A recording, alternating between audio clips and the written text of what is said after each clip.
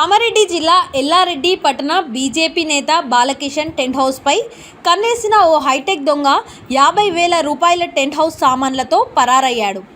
Police station నుండి సేకరించిన CC ఫుటేజుల్లో hitech దొంగ కారులో దర్జాగా వచ్చి సామాన్లను పెట్టుకొని చెక్కేశాడు. టెంట్ హౌస్ ఓనర్ అయోధ్య వెళ్ళాడు.